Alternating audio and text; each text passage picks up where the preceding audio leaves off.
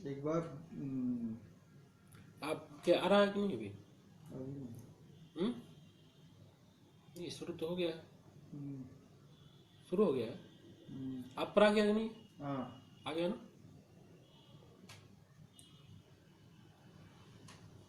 Time हो गया। हम्म?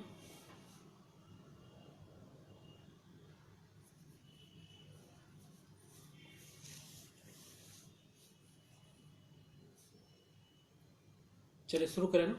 हम्म, मूकं करोति वाचालं पंगुं लंघयते गिरिं यत्कृपातमहं वन्दे परमानंद माधवम। संस्कृतम भारतम इस ग्रुप से जुड़े हुए सभी सदस्यों को मेरा प्रणाम है। ये बड़ा ही अच्छा अवसर है कि इस नेट के माध्यम से, फेसबुक के माध्यम से हम शास्त्रों का आलोडन, एक दूसरे के विचार को सुन सकते हैं। इस चर्चा की शुरुआत 12 तारीख की हुई गुरुवर प्रोफेसर आजाद मिश्र के व्याख्यान से। हम सभी का सौभाग्य है कि इस ग्रुप से जुड़ करके हम घर बैठे ही अपने विचारों को एक दूसरे तक पहुंचा सकते हैं।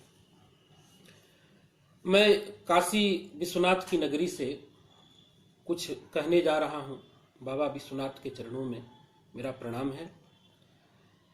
साथ ही जैसा मेरा विषय था पहले मुखम व्याकरणम स्मृतम, लेकिन बाद में वो विषय जो है पद संस्कार विधि। तो आज का जो मुख्य विषय है वो पद संस्कार विधि है, लेकिन व्याकरण की थोड़ी चर्चा करते हुए पद संस्कार विधि की हम चर्चा करेंगे। तो जैसा कि आप सभी जानते हैं, इस जीवन के 4 पुरुषार्थ हैं, धर्म, अर्थ, काम और मोक्ष। इनमें से परम पुरुषार्थ है मोक्ष, क्योंकि अन्य जितने पुरुषार्थ हैं वो नाशवान है, अनित्य है। मोक्ष जो है नित्य पुरुषार्थ है, इसलिए परम पुरुषार्थ कहा गया है। अब उस मोक्ष की अवाप्ति ही इस जीवन का चरम लक्ष्य है। और सभी शास्त्रों का, चाहे वो व्याकरण शास्त्र हो, न्याय शास्त्र हो, साहित्य शास्त्र हो, ज्योतिष शास्त्र हो, हमारे यहाँ जितने भी संस्कृत शास्त्र हैं, उन सभी शास्त्रों का प्राप्तव्य मोक्ष ही रहा है। और जैसा कि हम जानते हैं कि मोक्ष की प्राप्ति, मोक्ष का मिलना कोई अलभ्य का लाभ नहीं है, अपितु अपने स्वरूप की अवाप्ति, स्वरूप का परिचय, स्वरूप का ज्ञान, या शास्त्र की भाषा में यदि उसे कहें तो ब्रह्म का ज्ञान, ब्रह्म का साक्षात्कार। तो ब्रह्म ज्ञान से मुक्ति होती है, इसमें प्रायः विवाद नहीं है। यद्यपि अन्य अन्य दर्शनों का अन्य अन्य मतभेद हो सकता है, लेकिन विशेष करके व्याकरण दर्शन और वेदांत दर्शन यही मानते हैं कि ब्रह्म तत्व के ज्ञान से ही मोक्ष की प्राप्ति होती है। अब प्रश्न उठता है वो ब्रह्म है क्या? तो ब्रह्म के स्वरूप के विषय में अन्य दर्शनकार अन्य प्रकार से ब्रह्म के स्वरूप को प्रतिपादित करते हैं, लेकिन व्याकरण दर्शन में जो ब्रह्म तत्व है वो शब्द तत्व ही है। शब्द तत्व से अतिरिक्त कोई तत्व नहीं है। जैसे वेदांत दर्शन में ब्रह्म में जगत की उत्पत्ति होती है, उसी में उसकी स्थिति रहती है और उसी ब्रह्म में वो लीन हो जाता है, उसी तरह से समस्त चराचर जो जगत है, ये जंगम स्थावर जो जगत है, ये शब्द तत्व में उत्पन्न होता है और शब्द तत्व में ही विलीन हो जाता है। इसीलिए शब्द तत्व और ब्रह्म तत्व में कोई भेद हमने नहीं माना है। भर्तृहरि की एक कारिका है, जो पहली कारिका है, अनादि निधनम ब्रह्म शब्द तत्वम यदक्षरम विवर्तते अर्थ भावेन प्रक्रिया जगतो यतः। अर्थात जो उत्पन्न नहीं होता है, जो नष्ट नहीं होता है, जो व्यापक है, ऐसा जो शब्द तत्व है वही ब्रह्म तत्व है। अतः शब्द तत्व को जानना ही ब्रह्म तत्व को जानना है। अब प्रश्न उठता है कि उस शब्द तत्व को हम कैसे जानें? तो पूरे व्याकरण में एक देखा जाए, प्रायः इससे सभी सहमत हैं कि वो जो शब्द तत्व है, ब्रह्म तत्व है, वो ओम इस प्रणव से प्रतिपाद्य है। यद्यपि ओम इति एकाक्षरम ब्रह्म ऐसा गीता में प्रतिपादन किया गया है, तो वस्तुतः ओम ब्रह्म नहीं है। ओम शब्द उस ब्रह्म तत्व का, शब्द तत्व का वाचक है, किंतु शब्दार्थियों तादात्म्यम, अर्थ और शब्द का चूंकि तादात्म्य होता है, इसीलिए शब्द ब्रह्म का वाचक जो ओम है, उस ओम को भी ब्रह्म कह दिया जाता है। और ये भी हम जानते हैं कि शब्द तत्व का प्रतिपादक ओम है, और यही ओम वेदत्रयी का मूल है। यदि हम ओम के स्वरूप तक पहुंचना है तो वेदत्रय का ज्ञान होना चाहिए, इसका अध्ययन अर्थतः होना चाहिए, अर्थतः परिज्ञान होना चाहिए, तभी हम ओम के स्वरूप को जान सकते हैं। और बिना ओम को जाने ओम से प्रतिपाद्य जो शब्द तत्व है, ब्रह्म तत्व है, उसका ज्ञान नहीं हो सकता है। इस बात को भर्तृहरि ने कहा भी है, युक्ता प्रणव रूपेण सर्वबाधा विरोधिना। वह जो अद्वैत विद्या है, शब्द तत्व है, वह प्रणव से युक्त है, प्रणव प्रतिपाद्य है, लेकिन उस प्रणव का परिज्ञान स्थूल जो वेदत्रयी है उसके परिज्ञान से संभव है। और इस वेदार्थ का ज्ञान जब तक हम उसके अंगों का ज्ञान नहीं रखेंगे, जब तक अंगों का ज्ञान नहीं होगा, तब तक हम वेद के अर्थ को नहीं जान सकते हैं। और जब वेदार्थ ही मालूम नहीं होगा, तब वेद से प्रतिपाद्य जो ब्रह्म तत्व है, शब्द तत्व है, उसका ज्ञान संभव नहीं है। अब प्रश्न होता है कि वेदार्थ को जानने के लिए उसके अंगों को जानना जरूरी है। तो आप जानते ही हैं, वेद के 6 अंग है, छंद शास्त्र, व्याकरण शास्त्र, शिक्षा इत्यादि। उन 6 अंगों में प्रधान व्याकरण है, इसलिए व्याकरण को वेद का मुख कहा गया है और अंगों में प्रथम अंग इसको कहा गया है। जैसा कि पाणिनीय शिक्षा में लिखा भी है, छंदः पादौ तु वेदस्य हस्तौ कल्पवत् पठ्यते ज्योतिषाम अयनम चक्षुर निरुक्तम श्रोत्र मुच्यते शिक्षा घ्राणम तु वेदस्य मुखम व्याकरणम स्मृतम तस्मात् सांगम अधीत्यैव ब्रह्मलोके महीयते। तो इस तरह से मुख को, व्याकरण को मुख कहा गया है। मुख इसलिए कहा गया है, जैसे शरीर में बहुत सारी इंद्रियां हैं, 5 इंद्रियां हैं, 5 कर्मेंद्रियां हैं, एक मन है जिसको आंतर इंद्रिय कहते हैं। लेकिन ये जितनी भी इंद्रियां हैं, ये तभी काम करेंगी जब मुख के द्वारा हम अन्न पान आदि का ग्रहण करेंगे। तो सारी इंद्रियां स्वस्थ रहती हैं, अपने अपने कार्य को करने में सक्षम रहती है।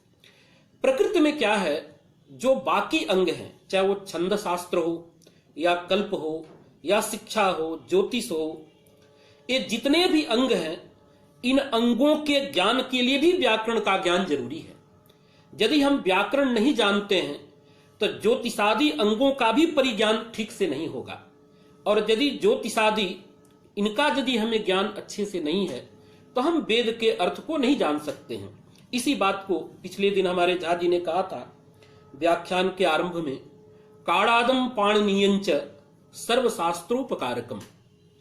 तो अन्य चाहे वेद हो या वेद के बाकी जो अंग हैं, उन सभी अंगों के परिज्ञान के लिए हमें व्याकरण का ज्ञान जरूरी है। इसीलिए व्याकरण वेद का मुख है, इसीलिए व्याकरण जो है वो वेद का प्रथम अंग माना गया है। प्रायः आप देखते होंगे बहुत ऐसे जगह हैं जहां पर व्याकरण को प्रथम शब्द से कहा गया है। स्वयं भर्तृहरि लिखते हैं, आसन्नम ब्रह्मणस्तस्य तपसाम उत्तमम तपः प्रथमम छंदसाम अंगम प्राहुर्व्याकरणम बुधा। इस प्रकार से यह सबसे आसन्न है, समीप है वेद के, इसीलिए इसको हम प्रथम अंग कहते हैं। इतना ही नहीं, बाकी जो जितने अंग उपांग हैं उसमें भी व्याकरण अनस्यूत है, क्योंकि जितने भी हमारे शास्त्र हैं उनका शरीर शब्दात्मक है और शब्द का जो संस्कार है, वहां जो पदों का संस्कार है, जो साधु असाधु का परिज्ञान है, वह व्याकरण से होता है। व्याकरण के अलावा कोई उपाय नहीं है कि हम शब्दों के साधुत्व का परिज्ञान कर सकें। तो इस तरह से सभी शास्त्रों में व्याकरण मिला हुआ है। इसी बात को एक पद्य है वाक्यपदीय का, वो लिखते हैं, तद्वारम अपवर्गस्य वांगमलानाम चिकित्सितम पवित्रम सर्व विद्यानाम अधिविद्यम प्रकाशते। इसमें एक जो शब्द है अधिविद्यम, विद्यासु इति अधिविद्यम, अर्थात जितनी भी विद्याएं हैं, चतुर्दश विद्याएं जो हैं, उन सब में व्याकरण प्रकाशित हो रहा है। क्योंकि समस्त विद्याओं का जो शरीर है, वह शरीर जो है वह शब्दात्मिका है, और शब्द का संस्कार, शब्द का साधुत्व व्याकरण के द्वारा होता है। तो व्याकरण के नियम हर शास्त्र में लगते हैं, और जब हम व्याकरण को ठीक से पढ़ लेते हैं, साथ में यदि हमारी न्याय दृष्टि है, तो अन्य शास्त्रों का विवेचन हम ठीक ठीक कर पाते हैं। इसलिए देखा जाए तो मुखम व्याकरणम स्मृतम, यह जो पंक्ति आई है, इसमें किसी को विवाद नहीं है। यहां तक जो आस्तिक हैं, नास्तिक हैं, जो धर्म अधर्म पुण्य पाप इनमें विश्वास करते हो या न करते हो, लेकिन वो व्याकरण की ग्राह्यता, व्याकरण की उपादेयता उन्हें मानना ही पड़ेगा। क्योंकि चाहे वो चार्वाक दर्शन हो, अन्य दर्शन है, उन दर्शनों का भी शरीर जो है वो संस्कृत भाषा में है। उसको जानने के लिए हमें जो है व्याकरण को जानना जरूरी है। इसी बात को लक्षित करते हुए आप देखें, हम अब अपनी बात पद संस्कार की तरफ ले जाएंगे, उसकी विधियों की तरफ ले जाएंगे।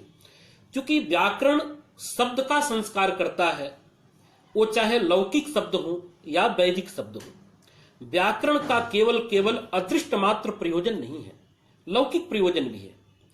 क्योंकि जब भाष्यकार जब अष्टाध्यायी की व्याख्या करने लगे, तो उनके सामने सबसे बड़ी चुनौती थी व्याकरण का प्रयोजन बतलाना। क्योंकि देखा जाए तो व्याकरण के प्रयोजन बतलाने की आवश्यकता पाणिनि ने नहीं समझी। अष्टाध्यायी के अंदर वृद्धिरादय से पाणिनि ने अपने अष्टाध्यायी का आरंभ किया, लेकिन अष्टाध्यायी क्यों पढ़ना, व्याकरण क्यों पढ़ना चाहिए, व्याकरण के प्रयोजन का प्रतिपादन नहीं किया। और हम जैसा जानते हैं, प्रयोजनम अनुदिश्य मंदोपि न प्रवर्तते। तो यदि हमें प्रयोजन का ज्ञान नहीं होगा तो हमारी प्रवृत्ति नहीं हो सकती है। तो इसमें विज्ञान है। जब आप पढ़ेंगे भाष्य का आरंभ अथ शब्दानुशासनम, वहां पर कैयट ने एक पंक्ति लिखी है, भाष्यकारः विवरणकारत्वात् व्याकरणस्य साक्षात प्रयोजनम आह अथ शब्दानुशासनम इति। इसकी व्याख्या करते समय नागेश भट्ट ने बहुत अच्छी बात कही है। जानते ही आप, किसी भी कार्य के प्रायः 3 तरह के अधिकारी हमें प्राप्त होते हैं। एक उत्तम अधिकारी होता है, एक मध्यम अधिकारी होता है, एक मंद अधिकारी होता है। तो उत्तम अधिकारी उत्तम फल की चेष्टा करता है। तो जैसा कि हमारा आगम शास्त्र है, आगम का मतलब यहां वेद से है। वेद कहता है ब्राह्मणेन निष्कारणो धर्मः षडंगो वेदो अध्ययो गेयस्य, अर्थात ब्राह्मण का यह निष्कारण धर्म है। यहां कारण शब्द फलवाची है, अर्थात बिना फल की आकांक्षा किए हमें षडंग वेद का अध्ययन करना चाहिए।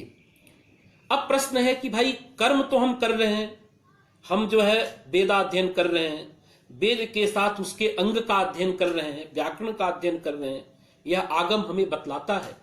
लेकिन साथ में फल की आकांक्षा न करें, इससे तात्पर्य क्या निकलता है? तो व्याख्याकारों ने विशद व्याख्या की है। कर्म 3 तरह के होते हैं, नित्य, नैमित्तिक और काम्य। तो नित्य कर्मों की फल की हम अपेक्षा नहीं करते हैं। नित्य कर्म का तात्पर्य है कि करने से फल विशेष की प्राप्ति न हो, लेकिन न किया जाए तो दोष हो जाए। जैसे ब्राह्मण का कर्तव्य है, द्विजमात्र का कर्तव्य है कि हमें संध्योपासन करना चाहिए। संध्योपासन करने से कोई अतिरिक्त फल की प्राप्ति नहीं होती है। यद्यपि वेदांत में इसका प्रयोजन दिया है अंतःकरण की शुद्धि, तो लोक व्यवहार में भी ऐसा होता है। जैसे हम प्रातः उठ करके नित्य कर्म करते हैं, स्नान, ध्यान, शौच इत्यादि, तो इन कर्मों का कोई विशेष फल नहीं है, लेकिन यदि इन कर्मों को न किया जाए तो एक शरीर को दूषित कर देंगे। तो उसी तरह से जैसे संध्योपासन है, जीवन के नित्य कर्म है, व्याकरणाध्ययन भी हमारे जीवन का नित्य कर्म है। तो बिना फल की आकांक्षा किए जैसे आप संध्योपासन करते हैं, उसी प्रकार से हमें व्याकरणाध्ययन करना चाहिए। इसी अभिप्राय से भगवान पाणिनि ने व्याकरण का कोई प्रयोजन नहीं बतलाया, व्याकरणाध्ययन का कोई प्रयोजन नहीं बतलाया, लेकिन इससे उत्तम अधिकारी की तो प्रवृत्ति हो सकती है, लेकिन जो मध्यम अधिकारी है उनकी व्याकरण में प्रवृत्ति संभव नहीं थी। तो इसके लिए वार्तिककार ने यद्यपि इसका लोकतो अर्थ प्रयुक्ते शब्द प्रयोगे शास्त्रेण धर्म नियमः, इस तरह से उन्होंने धर्म रूप प्रयोजन बतलाया, लेकिन यह भी प्रयोजन अलौकिक प्रयोजन था।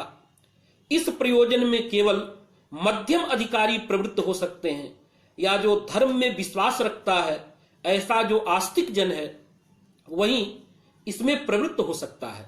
लेकिन जो धर्मादि में चारवाक आदि विश्वास नहीं करते हैं उनकी व्याकरण शास्त्र में अभिरुचि प्रवृत्ति नहीं हो सकती थी। इसलिए भगवान भाष्यकार चूंकि वो विवरणकार हैं, तो यदि सूत्रकार ने वार्तिककार ने कोई चीज छोड़ी है तो वो दायित्व बनता है भाष्यकार का कि भाष्यकार उसको पूरा करें।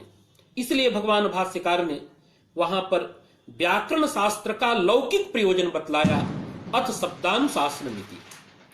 अब ये अथ शब्दानुशासनम की व्याख्या बहुत विस्तृत है, उसकी एक एक चर्चा हम करेंगे, लेकिन इससे इतनी बात तो जरूर निकलती है कि शब्दानाम अनुशासनम शब्दानुशासनम अनुशिष्यते अनेन इति अनुशासनम, अर्थात अनुशासन करणम। अनुशासन शब्द का अर्थ होता है अनुशासन का करण। शब्दानाम अनुशासनम इति शब्दानुशासनम, अर्थात शब्द का जो साधुत्व प्रतिपादन है, उस साधुत्व प्रतिपादन का जो साधन है, शब्द का संस्कार करने का जो साधन है, वो व्याकरण है। स्वयं व्याकरण शब्द से भी, व्युत्पत्ति से भी अर्थ निकलता है। जैसा हम बार बार कहते हैं व्याक्रियन्ते, व्युत्पाद्यन्ते, पृथक क्रियन्ते अनेन इति व्याकरणम।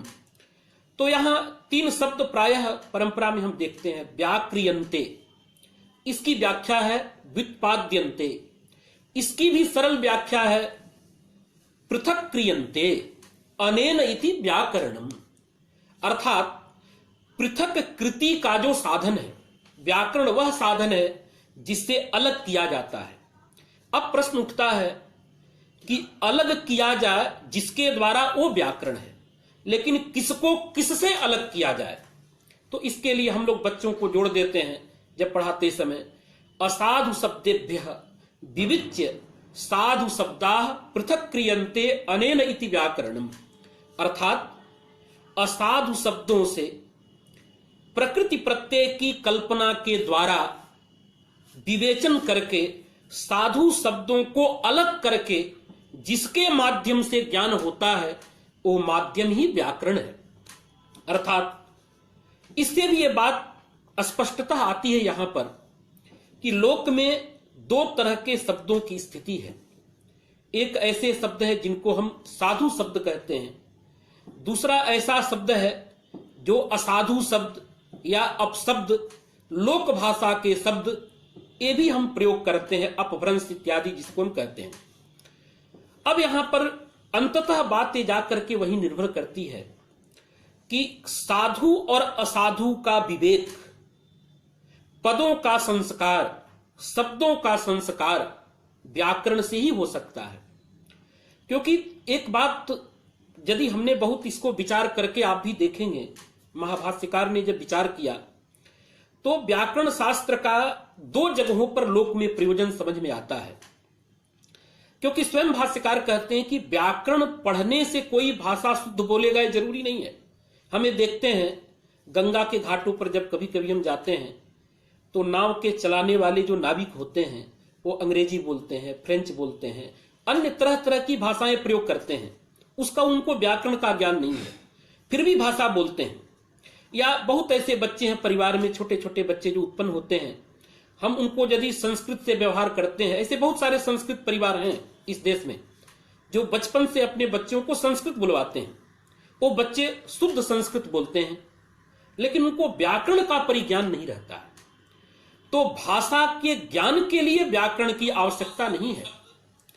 जैसा कि भाष्यकार स्वयं कहते हैं, व्यतिरेकोपि दृश्यते शास्त्रे कृत प्रयत्नाः भाषायाम अप्रवीणाः अकृत प्रयत्नाश्च प्रवीणाः। ऐसा बहुत सारे मित्र हमारे देखे जाते हैं, आप भी देखे होंगे, कि जिन्होंने व्याकरण में बहुत श्रम किया है, लेकिन वो भाषा बोलने में अक्षम होते हैं। कभी लिंग की गड़बड़ी हो जाती है, कभी वचन का व्यत्यय हो जाता है। इसका मतलब ये नहीं कि उनको व्याकरण नहीं आता है। और जिन्होंने व्याकरण में श्रम नहीं किया है, अल्प श्रम किया है, ऐसे व्यक्ति भी धड़ल्ले से संस्कृत भाषा का प्रयोग करते हैं, तो निश्चित रूप से ये कहा जा सकता है कि भाषा में दक्षता के लिए लोक में व्याकरण की जरूरत नहीं है। इसीलिए भाष्यकार ने अंततः जो सिद्धांत बतलाया कि केवल प्रयोग में धर्म नहीं है, केवल ज्ञान में धर्म नहीं है, अपितु व्याकरण शास्त्र के ज्ञान पुरस्सर यदि हम साधु शब्द का प्रयोग करते हैं तभी धर्म है। ये तो एक शास्त्र की व्यवस्था उन्होंने बतलाई, इसलिए बनाया कि शास्त्र अनर्थक न हो। लेकिन मेरे समझ से एक बात तो निर्विवाद है, आप सभी देखेंगे, जो एक प्रयोजन, यद्यपि अक्सर हम जब पढ़ाते हैं तो मुख्य प्रयोजन गौण प्रयोजन ऐसा पढ़ाते हैं। कैयट की व्याख्या जब आप देखेंगे तो लिखते हैं, व्याकरणस्य साक्षात प्रयोजनम अथ शब्दानुशासनम प्रयोजन प्रयोजनम तो अग्रे वक्ष्यते रक्षादीनी। इसका तात्पर्य है व्याकरणाध्ययन का, व्याकरण पढ़ने का सीधा सीधा प्रयोजन है शब्द संस्कार का विज्ञान, पद संस्कार का विज्ञान, शब्द का साधुत्व ज्ञान। इस प्रयोजन का प्रयोजन है, क्योंकि हम साधु शब्द का ज्ञान कर लिए तो उससे क्या होगा। तो उसके लिए भाष्यकार आगे देते हैं, रक्षा ऊह आगम लघु असंदेह। मेरा यह कहना है, लोक दृष्टि से एक प्रयोजन बहुत ही महत्व रखता है, वो है असंदेह। बाकी प्रयोजन यदि देखेंगे, जैसे रक्षा है, रक्षा का मतलब वेद रक्षा। अंततः टीकाकारों का देखेंगे, वहां पर भी जब विचार करेंगे तो वेद रक्षा का मतलब है अर्थतः शब्दतः वेद का परिज्ञान। और वेदार्थक ज्ञान से क्या होगा, तो धर्म होगा। उस धर्म से हमें ब्रह्म के स्वरूप का परिज्ञान होगा, स्वर्ग होगा। ये दोनों चीजें देखे कहीं ना कहीं अलौकिक है।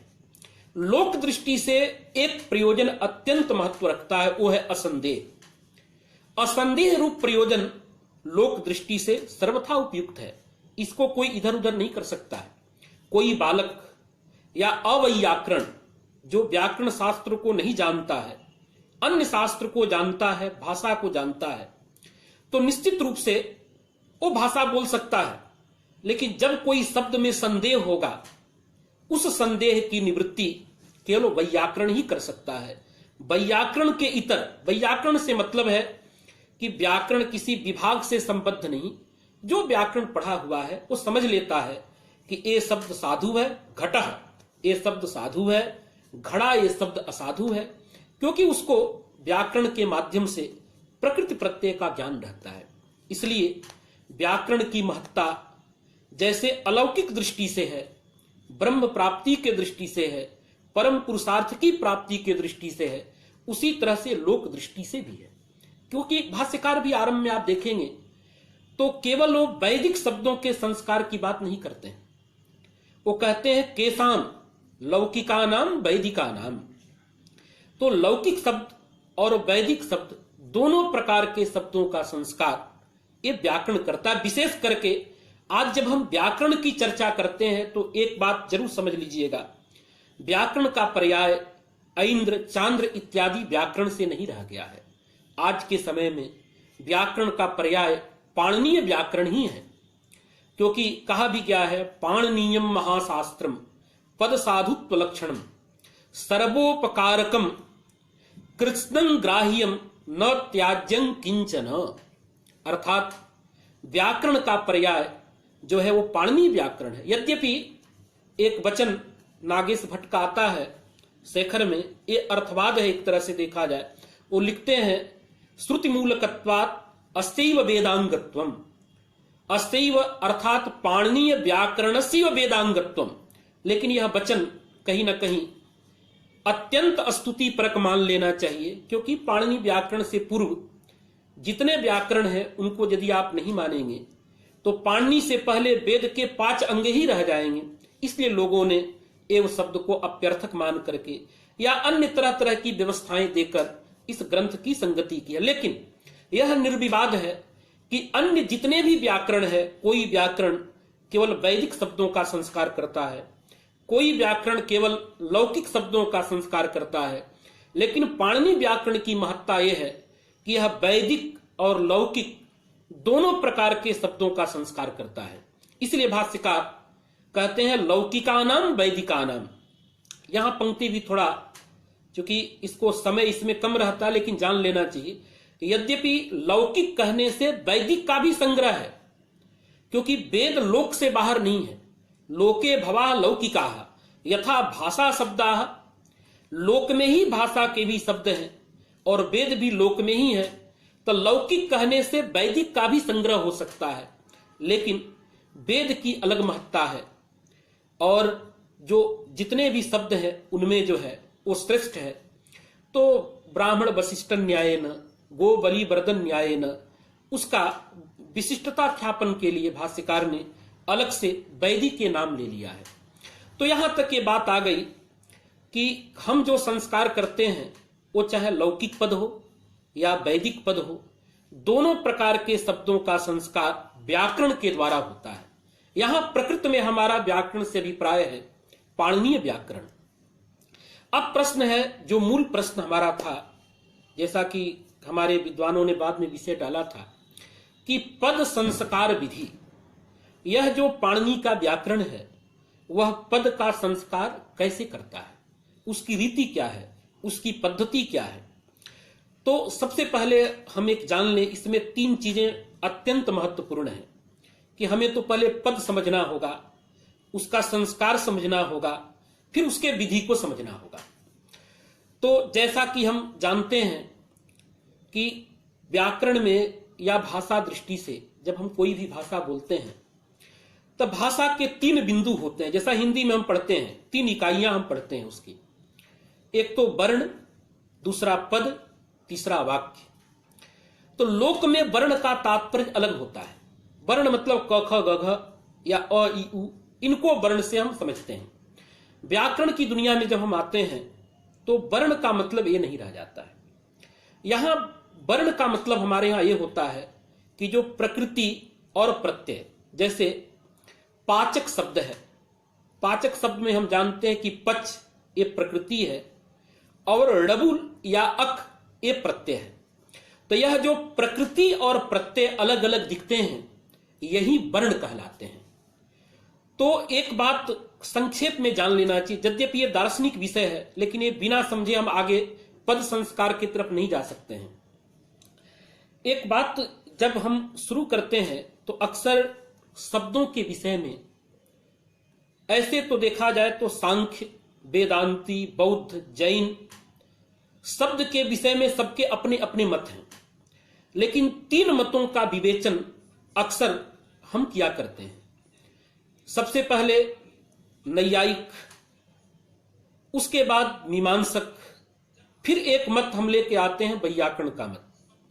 न्याय मत इसलिए विवेचन किया जाता है कि न्याय जो है वो व्यवहार के अत्यंत करीब है, क्योंकि हमेशा कई बार क्या होता है, वो वेदांत, मीमांसा और वैयाकरण शब्द प्रमाण का वयम यद शब्दाः तदेव अस्माकं प्रमाणम। यदि शब्द लोक से विपरीत भी कहता है, लोक में यदि हमारी विपरीत अनुभूति है और श्रुति, वेद या अन्य आप्त वचन यदि किसी अर्थ का प्रतिपादन करते हैं तो उसको हमको मानना पड़ता है। लेकिन नैयायिक कई बार इन चीजों को मानने को तैयार नहीं होते हैं। अनुभवैक शरणाः नैयायिकाः, सबसे बड़ा प्रमाण उनका अनुभव है। लोकानुभव को देख करके वो अपने सिद्धांतों को स्थापित करते हैं।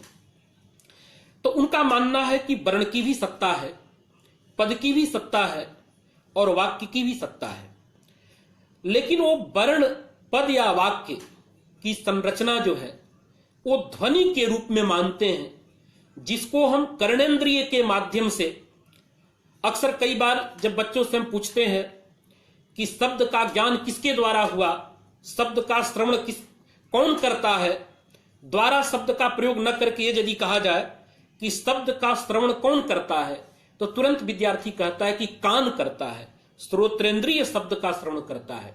लेकिन ऐसा नहीं है। न्याय में या अन्य सिद्धांतों में भी कर्णेंद्रिय एक माध्यम है। ये इंद्रियां जडात्मिका हैं, यह ज्ञान नहीं करती हैं। ज्ञान करना जो काम है वो आत्मा का है या अंतःकरण का है। जो शब्द का प्रत्यक्ष होता है, श्रवण प्रत्यक्ष होता है, वो आत्मा करता है, वो कर्णेंद्रिय के माध्यम से। तो कर्णेंद्रिय के माध्यम से जो ध्वनि सुनाई देती है, क ख ग घ ध्वनियां, इन्हीं को शब्द मानता है नैयायिक और इसी को वाचक मानता है। लेकिन जो मीमांसक हैं, इन ध्वनियों के द्वारा अभिव्यक्त जो वर्ण है, उस वर्ण को शब्द मानता है और उसको नित्य मानता है। हम लोग उससे हट करके थोड़ा सा हम कहते हैं कि नहीं, देखो ये जो ध्वनि है ये अनित्य है, ये शब्द नहीं है। इस ध्वनि के द्वारा अभिव्यक्त होने वाला एक नित्य शब्द है जिसको हम स्फोट कहते हैं। हम इस दार्शनिक विवेचन में बहुत नहीं जाएंगे, हम थोड़ा सा इसकी भूमिका के लिए आपसे कह रहे हैं कि जैसा आप जानते ही हैं, परा पश्यंती मध्यमा वैखरी, तो परा वाणी वो किसी इंद्रिय से ग्राह्य नहीं है। जो पश्यंती जब वो नाभि देश में आती है तो मनोग्राह्या होती है, ऐसा मंजूषा इत्यादि में विवेचन है। और वहीं जब हृदय प्रदेश में आती है जो कि बुद्धि का विषय है, बुद्धि से ग्राह्य होती है, और वो ध्वनि रूप रूसित हो करके तत्तद अर्थों का वाचक होती है। तो इस तरह से जो हमारे यहां वाचक शब्द है वो कर्णेंद्रिय के माध्यम से गृहीत जो ध्वनि तत्व है, उस ध्वनि तत्व से अभिव्यक्त होकर के बुद्धि से गृहीत होकर के वाचक होता है। एक क्लियर जान लेना चाहिए, जो ध्वनि है वो कर्णेंद्रिय के माध्यम से ग्राह्य होती है और जो स्फोटात्मक शब्द है वो बुद्धि से गृहीत होती है और अर्थ का वाचक होती है। इसलिए स्फोट की व्युत्पत्ति दो तरह से मिलती है।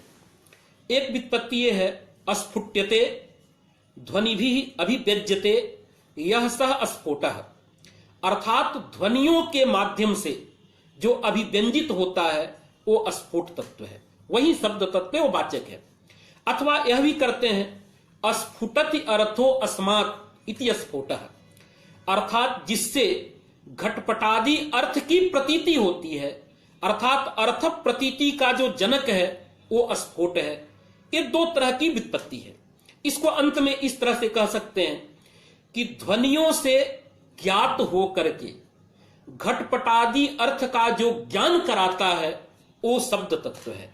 ध्वनि ही स्वयं शब्द तत्व नहीं है। यद्यपि लोक में ध्वनि को भी शब्द कहा जाता है, लोक व्यवहार में इसमें कोई भी प्रतिपत्ति वैयाकरण को नहीं है। इसलिए भाष्यकार ने कहा भी है अथवा प्रतीत पदार्थ को लोके ध्वनि ही। इस तरह से हम स्फोटात्मक जो ब्रह्म है, शब्द तत्व है, उसी को वाचक मानते हैं। और वह शब्द तत्व हमारे यहां यद्यपि निरवयव है, निर्विकार है, निर्धर्मिक है, उसमें न कोई वर्ण है, पद है, कोई चीज नहीं है, वो अखंड है। लेकिन जब हम पदों का संस्कार करते हैं, और उसका एक चीज जान लेना चाहिए, वो जो है उसका स्वरूप जो है वाक्यात्मक है। अखंड वाक्य स्फोट या अखंड जातीय स्फोट इस रूप में माना गया है। क्योंकि आप जब देखेंगे लोक में, तो लोक में जो अर्थबोध होता है वो किसी वर्ण से या पद से नहीं होता। कभी कभी पद से होता है, लेकिन हम वैयाकरण उसमें भी क्रियापद ला करके उसकी वाक्य की संरचना बना देते हैं, या उसके लिए कई विधाएं हैं जो हम कभी चर्चा करेंगे। वाक्यार्थ बोध निक्षया पदैक देशोपि प्रयुज्यते, ये चीज आता है। तो वाक्यिक देशोपि प्रयुज्यते, जैसे कई जगह आता है पदार्थ बोध निक्षया पदैक देशः, उसी तरह से वाक्यार्थ बोध निक्षया वाक्यिक देशः, ये विधाएं आती हैं। लेकिन प्रकृति में यह कहना है कि हमारे यहां सिद्धांत में वाक्य स्फोट ही निष्कर्ष है, वो निरवयव है और उसी से हमें अर्थ की प्रतीति होती है। और जैसा कि हम जानते हैं लोक में अनंत वाक्य हैं। अनंत वाक्यों को यदि एक एक वाक्यों को पकड़ पकड़ करके कहा जाए कि घट कर्मक आनयन अर्थ में घटम आने वाक्य साधु है, पट कर्मक आनयन अर्थ में पटम आने वाक्य साधु है, तो ये शक्य नहीं है। जैसा कि भाष्यकार ने कहा है कि इन बृहस्पतिश्च प्रवक्ता इंद्रश्चाध्येता, और इतने वो दिव्य सहस्त्र वर्ष का काल था, फिर भी उस शब्द पारायण का अंत नहीं हुआ, तो हम कैसे कर सकते हैं? हमारा तो जीवन एक सीमित दायरा में है। तो ऐसे में प्रश्न होता है कि हम वाक्य, वस्तुतः आप देखेंगे जब हम किसी का विशेषण देते हैं तो कहते हैं पदवाक्य प्रमाण पारावारिणा। तो इसमें 3 शास्त्र आते हैं, पद शास्त्र, वाक्य शास्त्र और प्रमाण शास्त्र। तो पद शास्त्र का मतलब है व्याकरण शास्त्र, वाक्य शास्त्र का मतलब है मीमांसा शास्त्र, प्रमाण शास्त्र का मतलब है न्याय शास्त्र। इसका मतलब यह है कि पद का परिज्ञान व्याकरण से होता है, पद का संस्कार व्याकरण से होता है। ये बात सच है कि व्याकरण प्रकृति प्रत्यय की कल्पना करके सीधा सीधा पद के स्वरूप का ज्ञान कराता है, पद का संस्कार करता है, लेकिन पद संस्कार में उसका तात्पर्य नहीं है। इस प्रकृति प्रत्यय की कल्पना के द्वारा पद संस्कार करते हुए जो अखंड वाक्य स्फोट है, उसका संस्कार करना ही व्याकरण का तात्पर्य है। अब चूंकि जो अनंतानंत वाक्य हैं, उस अनंतानंत वाक्यों का अन्वाख्यान लघु उपाय से संभव नहीं है, तो इसलिए व्याकरण शास्त्र उनमें पदों की कल्पना करता है, अन्वय व्यतिरेक के द्वारा पद की कल्पना करता है। उस पदों में भी प्रकृति प्रत्यय की परिकल्पना करता है, और प्रकृति प्रत्यय की परिकल्पना करके उस पद का साधुत्व करता है अर्थ विशेष में। फिर उस पद का जब हम साधुत्व जान लेते हैं, तब जाकर के वाक्य का साधुत्व ज्ञान सुतराम हो जाता है। इसलिए हो जाता है क्योंकि वाक्य कोई अतिरिक्त चीज नहीं है, पद समूह ही वाक्य है। बाकी सारी चीजें, व्याकरण की जितनी भी प्रक्रिया है, प्रक्रिया अवास्तविक है, लेकिन वो ज्ञान जो कराती है वो वास्तविक वाक्य तत्व का, स्फुट तत्व का ज्ञान कराती है। भर्तृहरि ने भी कहा है, बहुत अच्छा एक दृष्टांत दिया है, उपायः शिक्षमाणानां बालानां उपलालना असत्ये वर्तमनि स्थित्वा ततः सत्यम समीहते। जैसे कि हम बच्चे को जब पढ़ाते हैं तो क का मतलब कबूतर पढ़ाते हैं, लेकिन ऐसा होता नहीं है रियल में। लेकिन इसको बड़े रोचक ढंग से वो बार बार पढ़ता है, ए फॉर एप्पल। लेकिन जब वो बड़ा हो जाता है तो हम कहते हैं कि ए फॉर एप्पल नहीं होता, ए बस याद कराना था, ए एक वर्ण है, क एक वर्ण है, ये उसको ज्ञान हो जाता है। जैसे कोई गवय नहीं देखा है तो उसको हम कागज के चित्र में, कागज में एक चित्र बना देते हैं और कहते हैं देखो एक गवय है। तो उस कागज में जो चित्र है वो गवय नहीं है, लेकिन उसके माध्यम से वास्तविक गवय का ज्ञान हो जाता है।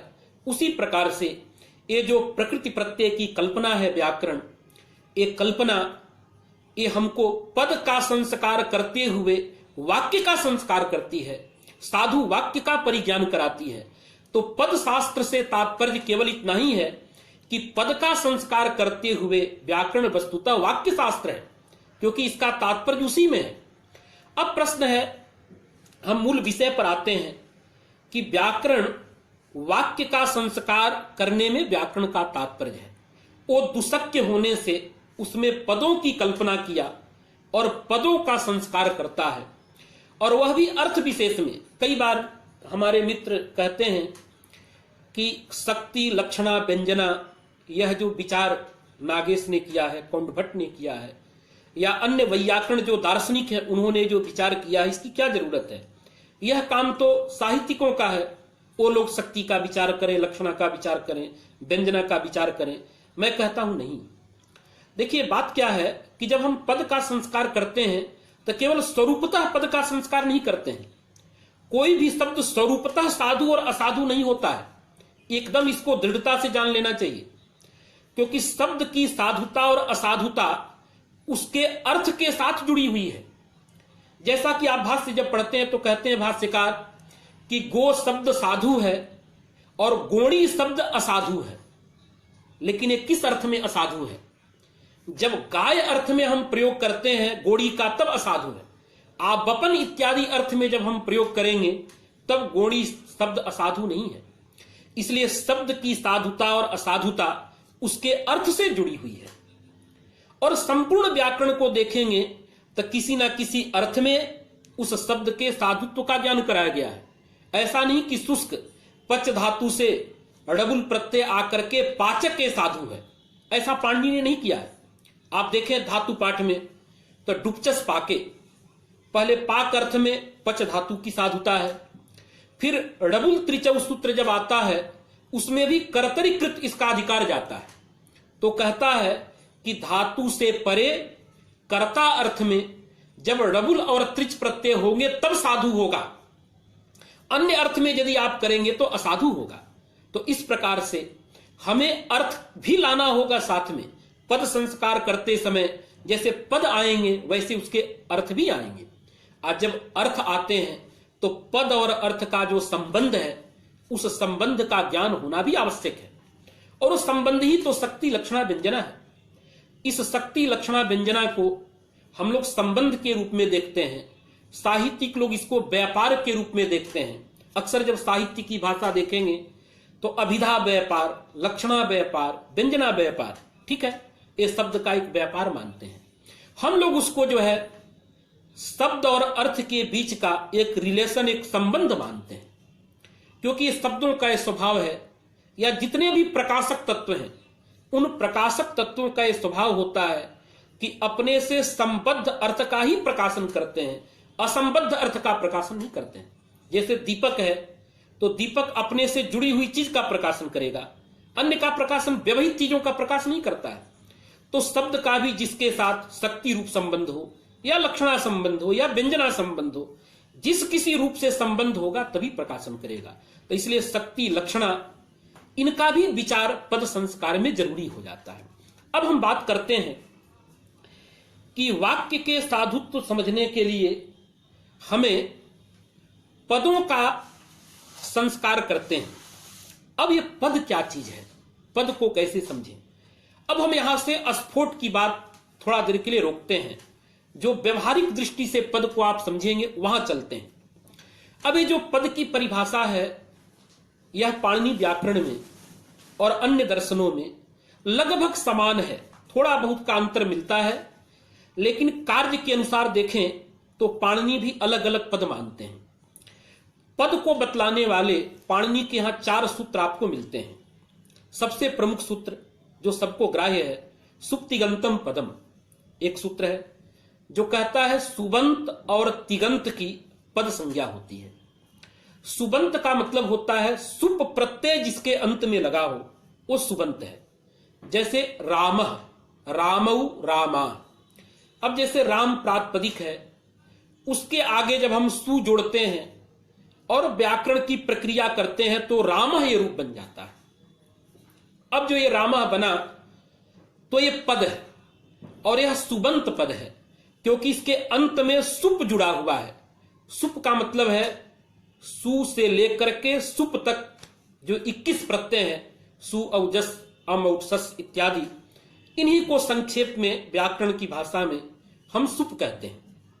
अच्छा, अब ये सुप प्रत्यय जिसके अंत में होगा वो सुबंत पद है।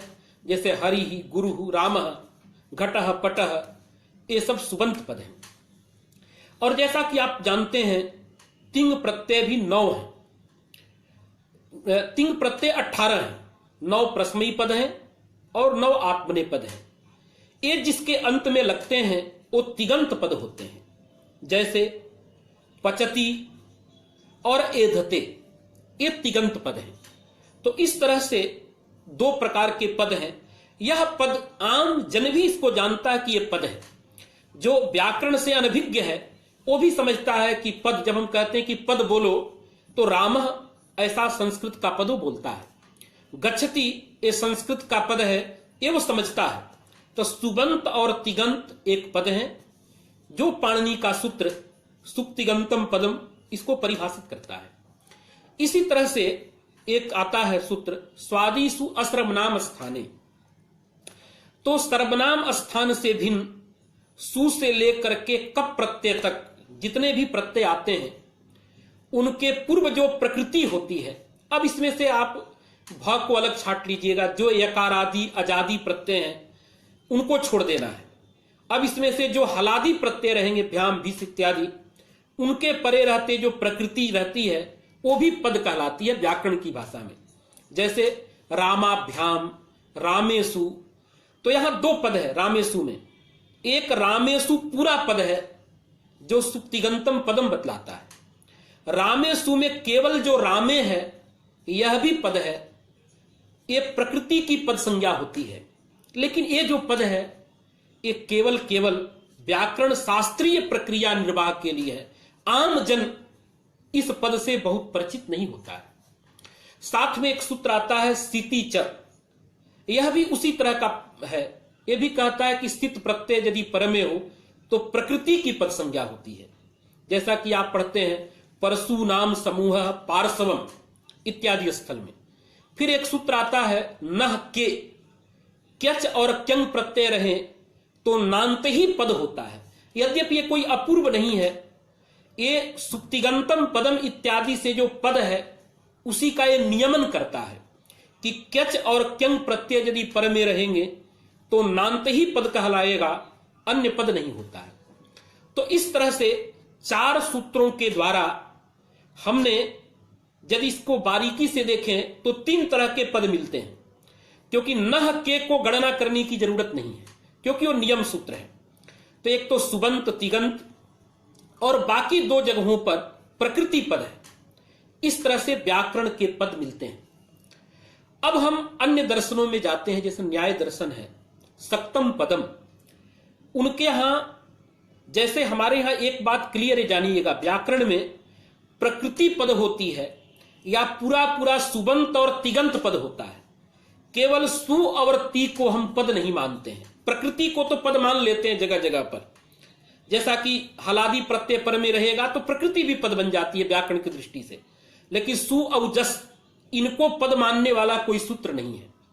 लेकिन न्याय दर्शन के अनुसार रामाभ्याम में राम भी पद है, भ्याम भी पद है, और एक दृष्टि देखा जाए तो रामाभ्याम उनके यहां पद नहीं है क्योंकि समूह में वो शक्ति नहीं मानते हैं। हमें इतना यही कहना है कि उनके यहां जो भी अर्थ का वाचक है, चाहे वो प्रकृति हो प्रत्यय हो, वो पद कहलाता है। ये थोड़ा सा अंतर आता है कि उनके यहां स्वादि प्रत्यय भी पद बन जाते हैं, हमारे यहां केवल प्रकृति या प्रत्यांत पद बन जाते हैं। लेकिन नैयायिक की जो मान्यता है उसको कहीं ना कहीं जरूरत पड़ने पर व्याकरण लोग भी मानते हैं। इसीलिए नेर विषह सूत्र में भाष्यकार ने कहा निरपि पदम विषपि पदम। तो धातु मात्र को जो पद बतलाया कहीं ना कहीं ये न्याय सम्मत पद ये है। यदि देखा जाए तो इस पद को हम भी मानते हैं।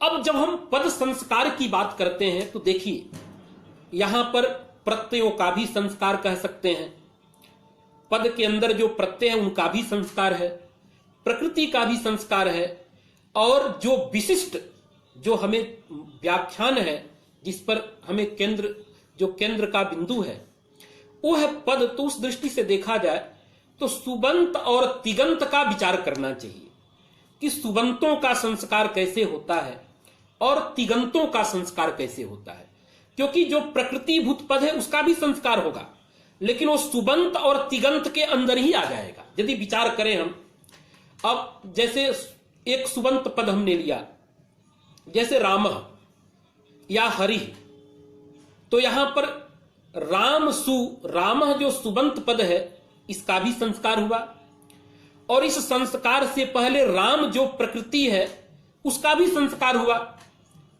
क्योंकि रम धातु से घय प्रत्यय लाएंगे तब राम की सिद्धि होगी, राम की साधुता होगी। जब राम की साधुता होगी तब उससे सु प्रत्यय लाएंगे तो राम की साधुता होगी। तो यहां वस्तुतः यदि पद संस्कार हम विचार करने चलें तो केवल सुबंत विधि और तिगंत विधि का विचार करना चाहिए, उसके अंदर सारी विधियां आ जाती हैं। तो इस तरह से अब यहां यदि विचार करें तो यह विषय बहुत व्यापक है। जैसा कि विचार था पद संस्कार विधि, यदि देखा जाए तो संपूर्ण व्याकरण है क्या, ये पद संस्कार विधि ही है। वो तिगंत पद संस्कार की तरफ जाएंगे तो वहां पूरी जो है आप 10 गणी से लेकर के जो भाव कर्म प्रक्रिया तक जो है सब उसके अंदर आ जाएंगे। आत्मनेपद प्रश्नपद जितनी प्रक्रियाएं हैं सब ये तिगंत पदों का संस्कार है। सुबंत पदों का संस्कार यदि हम देखें तो अजंत पुल्लिंग से लेकर के बाकी जितना भी कारक समास तद्धित यहां तक की कृत प्रक्रिया, ये संपूर्ण प्रक्रिया जो है पद संस्कार की प्रक्रिया है। अब ये जब पद संस्कार और तिगंत पदों का संस्कार जब हो जाता है तो संधि इत्यादि जो प्रकरण है ये वाक्यों के संस्कार के लिए प्रायः आए। ये बात कौमुदी जब हम लोग पढ़ाते हैं तो विचार करते हैं। तो चलिए अब हम जब पद संस्कार की बात करना है तो सबसे पहले हम सुबंत पदों की चर्चा करेंगे, लेकिन उससे पहले ये विचार कर लेना चाहिए थोड़ा सा कि जब संस्कार जब हम करने चलते हैं व्याकरण के द्वारा तो व्याकरण के सामने 3 चीज खड़े होते हैं। एक तो साधु शब्द, एक असाधु शब्द, उसको इस भाषा में कहें एक तो साधु पद एक असाधु पद, और दोनों खड़े होते हैं। अब उसमें विचार किया गया है जिस पर बहुत विचार करने की जरूरत नहीं है, भाष्यकार ने खुद विचार किया है कि हम किस रीति से पदों का संस्कार करें। केवल साधु शब्दों का संस्कार कर दें तो मालूम चल जाएगा कि जो व्याकरण से छुटे हुए शब्द हैं वो सब असाधु हैं। जैसे एक गो शब्द का हमको ज्ञान करा दिया गया तो गो ये शब्द साधु है गो अर्थ में, और इस गो पदार्थ में अन्य जितने भी गाड़ी गावी गोड़ी गोता गैया ये भाषा के शब्द आएंगे अपशब्द हैं, ये ज्ञान हो जाता है। या हम ऐसा कर दें सभी अपशब्दों का परिज्ञान करा दें तो छूटा हुआ शब्द साधु शब्द होगा, या दोनों का कर दें, साधु को भी रख दें असाधु को भी रख दें।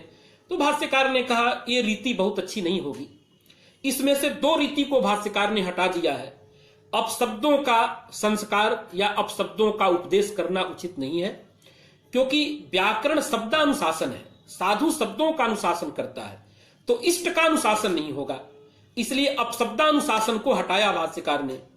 उभय का अनुशासन करने में गौरव है, इसलिए लाघव और इष्टानुशासन होने के नाते भाष्यकार ने कहा कि साधु शब्द का ही अनुशासन करना चाहिए, अपशब्द का अनुशासन या उभय का अनुशासन नहीं करना चाहिए। एक तो ये जान लेना चाहिए कि व्याकरण शब्द साधु पद का ही परिचय कराता है, जिनका परिचय नहीं कराता है वो अपशब्द है, समझ लेना चाहिए। लेकिन इसमें प्रसंगानुसार मैं एक चीज जोड़ना चाहता हूं, ये भ्रम कभी नहीं पालना चाहिए कि व्याकरण के द्वारा प्रतिपादित शब्द ही साधु है, अन्य सभी शब्द असाधु है, ऐसी बात नहीं है। साधुता व्याकरण से भी आती है और शिष्ट परंपरा से भी आती है। यदि शिष्टों ने किसी शब्द का प्रयोग कहीं कर दिया है तो उस शब्द को हम साधु मान लेते हैं, भले ही उसमें व्याकरण की प्रक्रिया न हुई हो। ऐसा व्याकरण के अंदर निपातन इत्यादि या भाष्यकार के प्रयोगों से भी हम बहुत सारे ऐसे शब्द हैं जिनको जैसे यथा पहले ही हम कहते हैं सर्वादीनि सर्वनामानि, तो यहां सर्वनाम शब्द की साधुता जो है ये सूत्र में प्रयोग होने के नाते, नहीं तो प्रक्रिया के अनुसार सर्वनाम होना चाहिए, णत्व होना चाहिए। लेकिन क्योंकि शिष्ट प्रयोग है, सूत्रकार का प्रयोग है, इसलिए हम इसको मान लेते हैं कि नहीं साधु है। अब ये शिष्ट प्रयोग और सौत्र प्रयोग और निपातन, इसमें भी अंतर है प्रक्रिया में। शिष्ट प्रयोग का मतलब है भाष्य वार्तिककार, क्योंकि हमारे यहां शिष्ट 3 ही है भाषा की दृष्टि से देखा जाए। यदि पाणिनि, पतंजलि और कात्यायन यदि किसी साधु शब्द का जो व्याकरण के प्रक्रिया के बिना भी यदि किसी शब्द का प्रयोग करते हैं तो हम उसको साधु मान लेते हैं। लेकिन अन्य कोई व्याख्याकार यदि किसी शब्द को अपाणनीय शब्द का प्रयोग करता है, चाहे वो कितना ही बड़ा कवि हो या कितना ही बड़ा व्याख्याकार हो, यहां तक कि वो भट्टोजी दीक्षित हो, नागेश भट्ट हो, कैयट हो, ये जो भी आचार्य परंपरा अपाणनीय यदि प्रयोग करता है तो उसकी मान्यता हम नहीं देते हैं। केवल जो है शिष्ट का मतलब है, जैसा परिभाषा दिया उन्होंने, निखिल शब्द धर्मिक साधुत्व प्रकार ज्ञानवान, इसका अभिप्राय है जो समस्त साधु शब्दों को जानता है वही शिष्ट है। ऐसे 3 ही है, तो इस तरह से हम उनको भी मान लेते हैं। तो साधु शब्द का मतलब यह है कि व्याकरण से जिसकी प्रक्रिया बतलाई गई हो या व्याकरण की प्रक्रिया के बिना ही शिष्ट परंपरा, शिष्ट प्रयुक्त यदि शब्द है तो वो भी साधु है। अब शिष्ट परंपरा प्राप्त जो पद है वो साधु है, उसके संस्कार की बात तो कुछ करना ही नहीं है। लेकिन जो ये विधियों के द्वारा संस्कृत पद होते हैं उनका तरीका क्या है? तो पाणिनि ने क्या किया है, चूंकि समय कम ही है तो हम केवल सुबंत के विषय में, सुबंत पद के संस्कार की चर्चा थोड़ी सी करते हैं। आप जानते हैं सुबंत पद सुप प्रत्यय के लगने से बनते हैं। अब क्या है, इसमें पाणिनि ने पद संस्कार करने की रीति प्रकृति और प्रत्यय बनाया। तो अक्सर जब हम प्रकृति की बात करते हैं तो दो तरह की प्रकृतियां सामने आती हैं। आम व्यक्ति यही कहता है कि प्रकृति दो तरह की होती है, एक तो प्रातिपदिक और दूसरा धातु, और उनसे आने वाले जो प्रत्यय हैं वो कई सारे हैं। अब चाहे वो स्वादि प्रत्यय हो, ताबादी प्रत्यय हो, या अनादि प्रत्यय हो, या तिंग प्रत्यय हो, ये सब प्रत्ययों की श्रृंखला बहुत सारी है।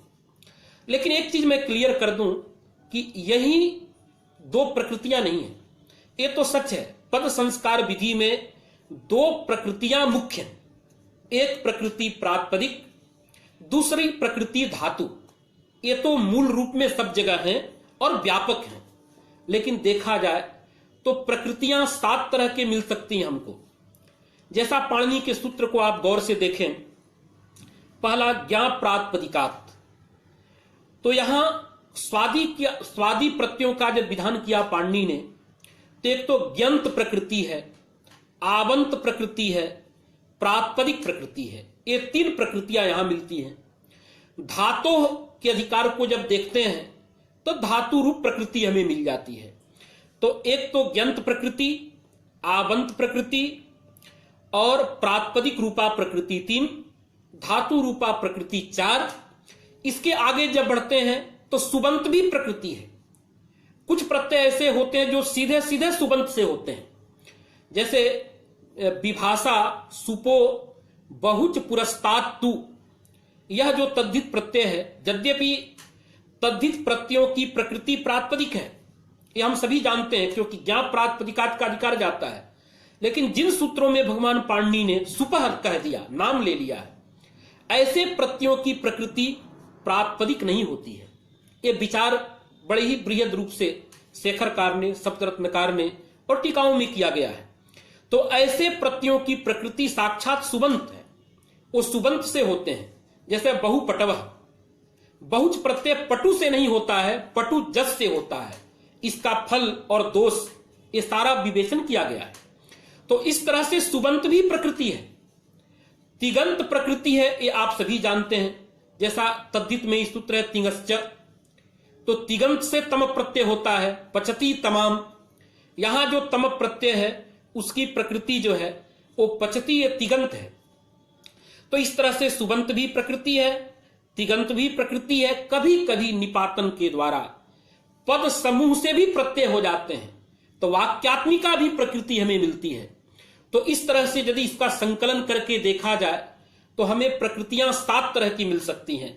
जैसा एक बार और गणना कर दूं, एक तो ज्ञंत, दूसरा आवंत, तीसरा प्रातिपदिक, चौथा धातु, पांचवा सुबंत, छठा तिगंत और वाक्य। इस तरह से 7 प्रकार की प्रकृतियों की चर्चा या संकलन इस पाणिनि के अष्टाध्यायी में दृष्टिगोचर होता है।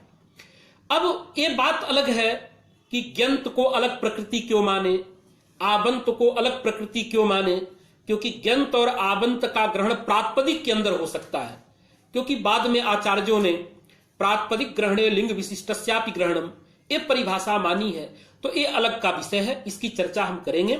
लेकिन मोटे तौर पर यदि हम इसकी गणना और देखते हैं तो ये प्रकृतियां हमें उपलब्ध होती है। अब बात है कि जब सुबंत पद का संस्कार पाणिनि ने किया तो उसके लिए उन्होंने क्या क्या प्रकृतियां अपनाई। तो सबसे पहले प्रकृति है प्रातिपदिक, प्रातिपदिक रूपा प्रकृति लिया।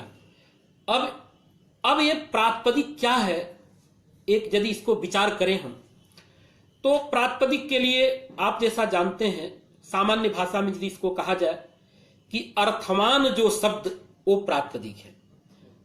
लेकिन अर्थवान शब्द कहने से कई दिक्कतें आती हैं, क्योंकि अब भाषा दृष्टि से तिगंत पद भी अर्थवान है, सुबंत पद भी अर्थवान है, तो सब प्रातिपदिक हो जाएंगे, तो इससे दोष आने लगेगा।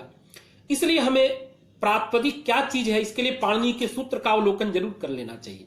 जैसा पाणिनि का सूत्र है, अर्थवद धातु रप प्रत्यय प्रातिपदिकम, मतलब धातु को छोड़ देना है, प्रत्यय को छोड़ देना है।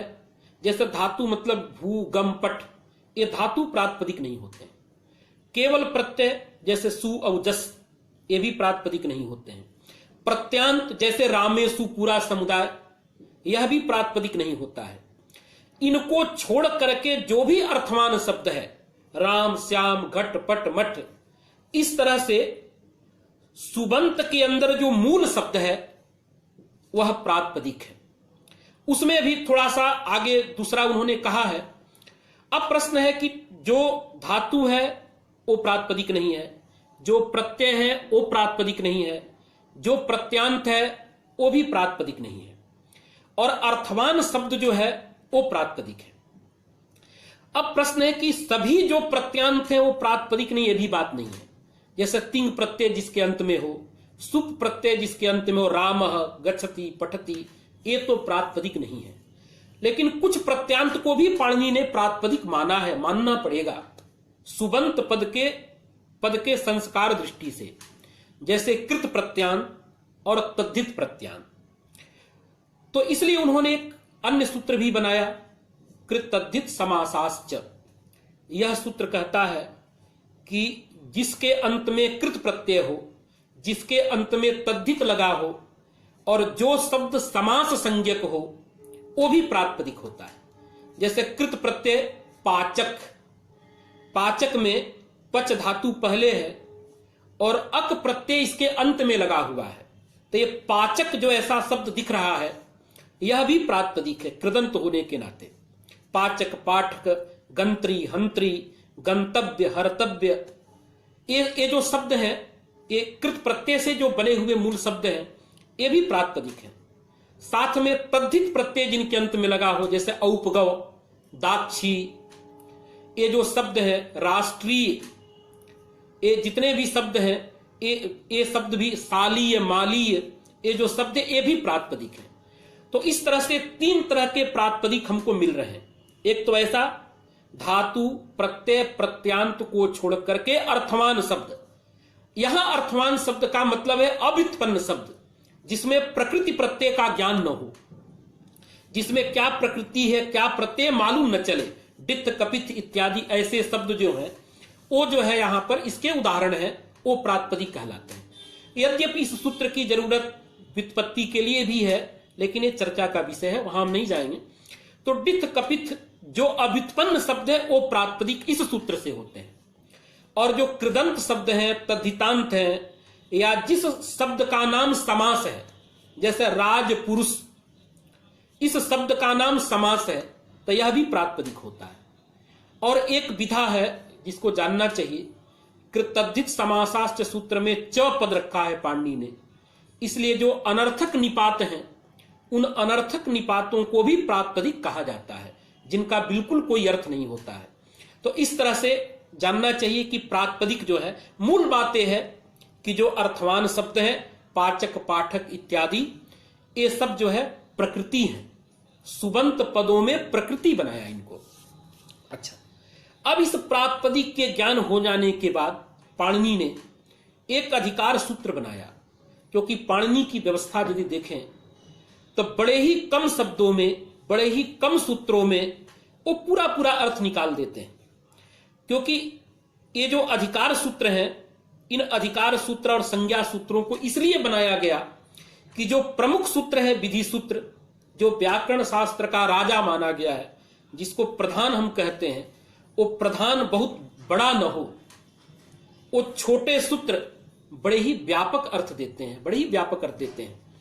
जिसको एक तरह से आप देखेंगे ये बड़ा ही एक वाक्यता जिसको कहते हैं। विधि सूत्रों के साथ जब संज्ञा सूत्र, अधिकार सूत्र, ये सभी सारे सूत्र जब मिलते हैं तो महावाक्य का निर्माण होता है। वस्तुतः वो सूत्र उस समय शास्त्र बनता है, इको यणच जो सूत्र है ये शास्त्र नहीं है, सूत्र मात्र है। इसमें ये शास्त्र कब बनता है? जब इसमें परिभाषा सूत्र लगते हैं, सारी परिभाषाएं मिलती हैं, जब ये संदेह रहित बोध को जब पैदा करने लगता है, प्रामाणिक बोध को पैदा करता है, तब जाकर के शास्त्र बनता है। अब इसके परिष्कार करने की जरूरत, परिष्कार में इसकी भाषा जो है वो बड़ी लंबी है। शब्द धर्मिक साधुत्व प्रकारक अप्रमाणिक ज्ञानानुस्कंदित बोध जनकत्वम शास्त्रत्वम। तो इसकी विवेचन हम लोग करेंगे कभी इसके लिए भी, लेकिन मोटी मोटी बातें है कि जब सूत्र संदेह रहित बोध को पैदा करता है तब वो शास्त्र बनता है। तो अधिकार सूत्रों का बड़ा ही महत्व होता है पद संस्कार में। तो पाणिनि ने ज्ञान प्रातिपदिकात् ये अधिकार सूत्र बना करके, प्रत्यय परश्च इस अधिकार को बना करके, ज्ञंत आबंत और प्रातिपदिक। समय कितना हुआ, कितना शेष बचा है? 8-9 कितना मिनट बचा है? अभी है ना पर्याप्त समय? कितना 2 बचा? घंटे होगा ना, 8 तो नहीं 9 तक ही है। 9 तक ही। कितना बचा? थोड़े देर समाप्त करिए। ये कितना बचा है? बढ़ गया है थोड़ा, 1 घंटा से अधिक हो गया है। ओहो, तो बोल लेते हैं। तो इस तरह से ज्ञंत आबंत और प्रातिपदिक इन प्रकृतियों को लेकर के सौजस मौट इस सूत्र के द्वारा जो है स्वादि प्रत्ययों का विधान करके रामः रामौ रामाः इत्यादि जो सुबंत पद हैं, इन सुबंत पदों का साधुत्व व्याकरण के द्वारा बतलाया जाता है। तो 1 घंटे का ही है, छोड़ दिया जाएगा, जो सुनेंगे देखते हैं।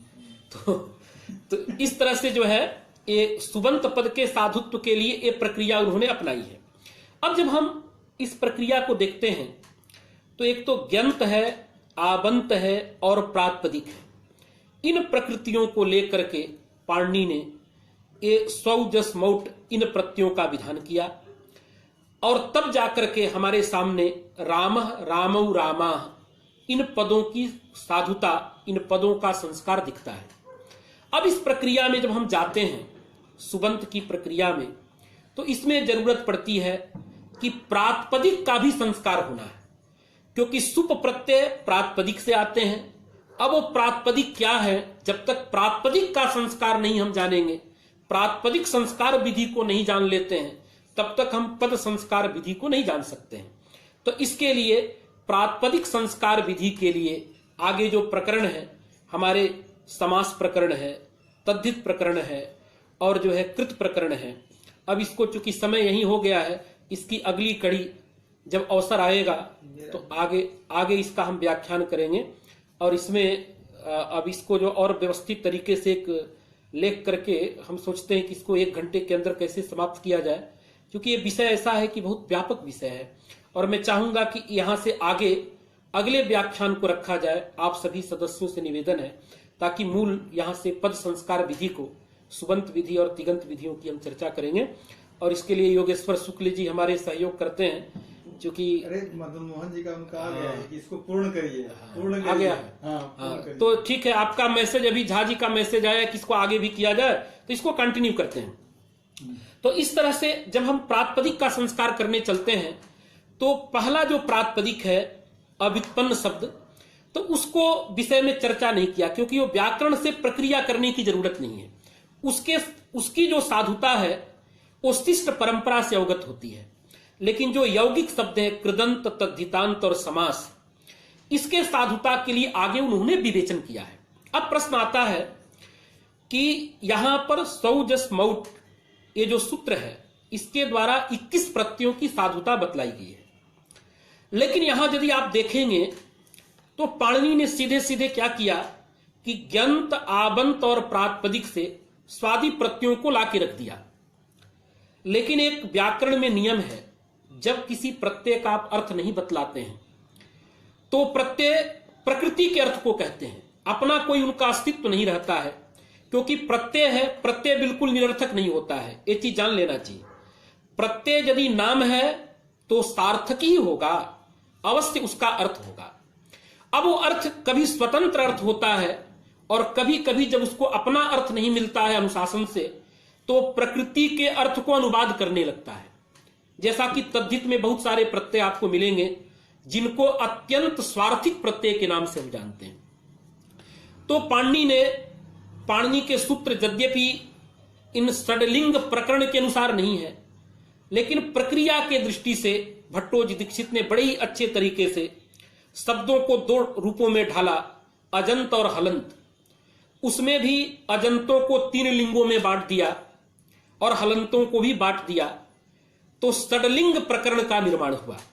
उसमें अजंत जो पद हैं उनका भी अजंत प्रातिपदिक प्रकृतिक जो सुबंत है, ऐसे सुबंत हैं जहां पर प्रकृति अजंत है, और ऐसे सुबंत पद हैं जहां पर प्रकृति हलंत है। जैसे राम हरि, यहां सुबंत के अंदर जो प्रकृति है वो अजंत है, और लिट लिहऊ लिह इत्यादि में प्रकृति हलंत है। तो इस तरह से षडलिंगों में इसका निरूपण किया, लेकिन ये निरूपण पर्याप्त नहीं था। इस विधि से जो हमारा मुख्य उद्देश्य है पदार्थ का ज्ञान, क्योंकि जब व्याकरण से किसी पद को हम जान लेते हैं तब उसका प्रयोग करते हैं।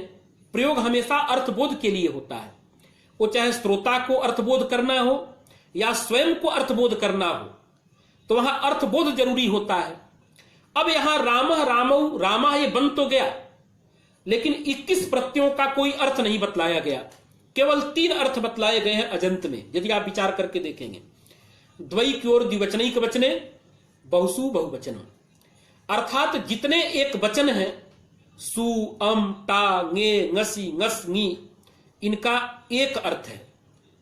इसको शास्त्र की भाषा में एक नहीं कहा जाता, एकत्व संख्या। औ औ और भ्याम भ्याम भ्याम, ओस ओस, ये जो प्रत्यय हैं इन प्रत्ययों का द्वित्व अर्थ बतलाया, और जो जस सस भिस इत्यादि बहुवचन संज्ञक प्रत्यय उनका बहुत अर्थ बतलाया। लेकिन इन अर्थों ये अर्थ पर्याप्त नहीं है। अब रामः कहिए या रामम कहिए, इसके अर्थ में कोई अंतर नहीं आएगा, लेकिन अंतर है। जब रामः कहते हैं तो गच्छति पठति, जब हम क्रिया लाते हैं तो रामः गच्छति का अर्थ होता है राम करता है राम, और वो जाता है। शाब्दबोध की प्रक्रिया में यदि जाएंगे तो उसको इस रूप में कहते हैं राम कर्तृक वर्तमान कालिक संजोगानुकूल व्यापार। लेकिन यहां मतलब है कि रामः गच्छति, इस वाक्य में जो राम है, राम व्यक्ति, वो कर्ता के रूप में प्रतीत होता है। रामम ताड़े, रामम पूजय, रामम आने जब हम कहते हैं तो वहां राम कर्म के रूप में प्रतीत होता है। तो एक वचन के साथ अर्थ में अंतर होता है।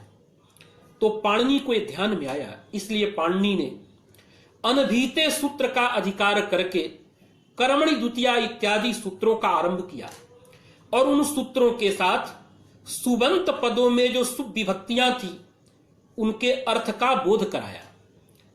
और अर्थ में जैसे अब यह निश्चय हो गया कि रामम में जो अम है उसका एक अर्थ है और कर्म अर्थ है, रामेण में जो टा है उसका एक अर्थ है लेकिन कर्ण अर्थ है, रामाय में जो ङे है उसका एकत्व अर्थ है और साथ में संप्रदान अर्थ है। इसलिए इसमें अर्थबोध का अंतर आता है। इसलिए पाणिनि ने इसको अनभीते सूत्र, अनभीते अधिकार करके, वो भी आप देखेंगे प्रक्रिया जब हम देखते हैं पद संस्कार प्रक्रिया, इसको अन्य रूपों में लोगों ने अलग अलग व्याख्या की है। क्योंकि लोक में होता क्या है, जब हम विभक्तियों की गणना करते हैं शुभ विभक्ति की, तो प्रथमा, द्वितीया, तृतीया, चतुर्थी, पंचमी, षष्ठी, सप्तमी, इस रूप में गणना करते हैं। और इन संज्ञाओं को प्रथमा द्वितीया, ये जो संज्ञा है, इनका उपयोग पाणिनि ने भी किया है। यद्यपि ये संज्ञा पाणिनि की नहीं है, पाणिनि के प्रागवर्ती जो वैयाकरण थे उनकी संज्ञा है, लेकिन उनका यथावत अपने व्याकरण में उन्होंने समावेश किया है। तो लोक व्यवहार इनको प्रथमा द्वितीया के रूप में लेता है। तो इसी रूप में भट्टोजी दीक्षित ने भी पहले प्रथमा विभक्ति का अर्थ बतलाया कारक में, फिर द्वितीया विभक्ति का अर्थ बतलाया, फिर तृतीया विभक्ति का अर्थ बतलाया। इस तरह से करके उन्होंने विभक्तियों का अर्थ बतलाया। और पद का केवल स्वरूप का संस्कार नहीं हुआ, इन सूत्रों के आने से किसी अर्थ विशेष में इस पद का संस्कार हुआ। अब जब हमको कर्म और एक ऐसे अर्थ का बोध करना होगा तो हम रामम प्रयोग करेंगे, रामः प्रयोग नहीं करेंगे। जब हमें केवल राम व्यक्ति का बोध करना होगा तब हम रामः प्रयोग करेंगे। अक्सर यहां पर भी एक भ्रांति होती है जब हम संस्कृत पढ़ाने चलते हैं, आप गौर से इसको ध्यान दीजिएगा, ये विषय जरूर समझने की चीज है। जब हम पूछते हैं बच्चों से कि प्रथमा विभक्ति किस अर्थ में होती है, तो तुरंत कहता है कर्ता अर्थ में होती है। लेकिन पाणिनि का ऐसा अनुशासन नहीं है। पाणिनि ने कर्ता अर्थ में प्रथमा कहीं नहीं कहा है।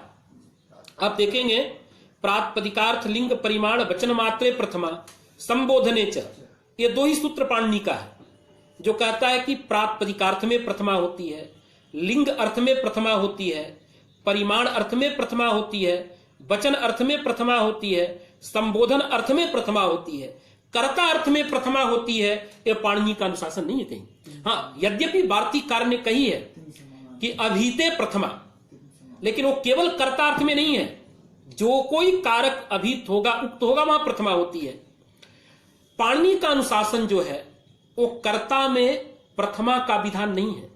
कर्तृकरणयोस् तृतीया, कर्ता और करण अर्थ में तृतीया का विधान किया है। तो इस तरह से यह भी विचार कराना चाहिए। प्रथमा वहां आती है जहां कर्ता कर्म कुछ मालूम नहीं है, केवल राम व्यक्ति का बोध करना है, एक राम व्यक्ति का, वहां प्रथमा आएगी। जब कर्म और एक का बोध करना है तब वहां द्वितीया आएगी। और कर्ता और एक अर्थ का बोध करना है या कर्ण और एक अर्थ का बोध करना है तब तृतीया विभक्ति आएगी। संप्रदान और एक अर्थ का बोध करना है तब चतुर्थी आएगी। इसी क्रम से जब कर्म और 2 अर्थ का बोध करना है तो द्वितीय आएगी। कर्म और बहुत अर्थ का बोध करना है तब बहुवचन आएगा। ये प्रक्रिया है। इस प्रक्रिया में लौकिक दृष्टि को लेकर भट्टोजी दीक्षित ने प्रथमा, द्वितीया, तृतीया, चतुर्थी, पंचमी, षष्ठी, सप्तमी इसका निरूपण करके सुबंत पदों का संस्कार किया है। लेकिन पाणिनि का ऐसा नहीं है। पाणिनि की जब अष्टाध्यायी देखेंगे, क्योंकि पाणिनि की सबसे बड़ी समस्या केवल अर्थ बतलाना ही नहीं है। एक सभी लोकोक्ति है, एक परिभाषा भी है। नागेश भट्ट का जो परिभाषा सिंधु शेखर ग्रंथ है, संभवतः उसकी अंतिम परिभाषा है, अर्धमात्रा लाघवेन वैयाकरणाः पुत्रोत्सवम मन्यन्ते। तो लाघव प्रियाः वैयाकरणाः, वैयाकरण जो होते हैं वो लाघव भी देखते हैं। पाणिनि हमेशा ये प्रयास करते हैं कि कम शब्दों में अधिक अर्थ को हम कैसे कहें। तो उसकी रीति उन्होंने बनाई। अनभीते सूत्र बनाया, अनभीते बना करके कर्मणि द्वितीया बनाया। उसमें भी क्रम बदला क्योंकि बाध्य बाधक भाव रखना था, तो इसलिए अनभीते सूत्र करके उन्होंने बनाया। करते करते बनाने के बाद अंत में जब कारक में द्वितीया, तृतीया और उपपद विभक्तियां जब बता लिया, तब प्रातिपदिकार्थ लिंग परिमाण वचन मात्रे प्रथमा संबोधने से यहां रखा। अंत में जब गए तो शेषे षष्ठी, अष्टाध्यायी का एक क्रम है। तो ये नहीं समझना चाहिए कि अनभीते कर्मणि, इस अनभीते का अधिकार प्रातिपदिकार्थ इत्यादि में भी जाता है, प्रथमा में भी जाता है, शेषे षष्ठी में भी अनभीता अधिकार जाता है, लेकिन अक्सर कौमुदी में ये अभिव्यक्त नहीं होता है। तो खैर, लोक दृष्टि को देखते हुए भट्टोजी दीक्षित ने ऐसा किया कि उन्होंने प्रथमा, द्वितीया, तृतीया इस क्रम से इन सुबंत पदों का संस्कार किया। अब बात उसमें आती है, अक्सर एक चीज और जान लेना चाहिए, ये जो पद संस्कार करते समय जो विभक्तियां आती हैं, इन विभक्तियों की चर्चा हम विशेष रूप से अलग करेंगे। हम कारक बिंदु का भी विचार नहीं कर रहे हैं, लेकिन सामान्य जानकारी आपको दे दें कि अक्सर बच्चे जब पूछे जाते हैं कि कर्म में कौन विभक्ति होती है, तो तुरंत कहता है द्वितीया होती है।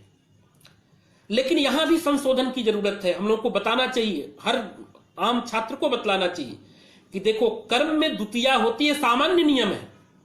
द्वितीया विभक्ति केवल कर्म में ही होती है या कर्म में हमेशा द्वितीया ही होती है, ऐसी बात नहीं है। कर्म एक ऐसा कारक है जिसमें सारी विभक्तियां होती हैं।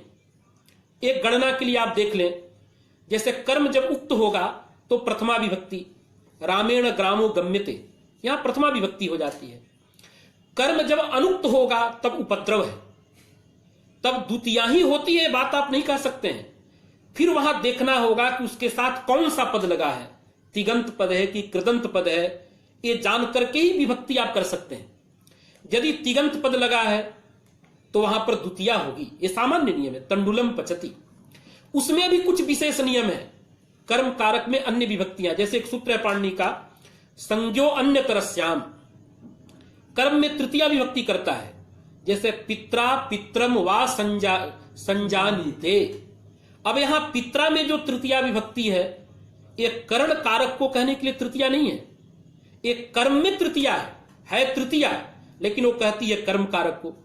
ऐसे ही चतुर्थी का प्रयोग तो स्वयं पाणिनि ही बताते, स्पष्ट रूप से कह रहे हैं, गत्यर्थ कर्मणि द्वितीया चतुर्थ्यौ चेष्टायाम अनध्वनि ग्रामम गच्छति ग्रामाय वा गच्छति।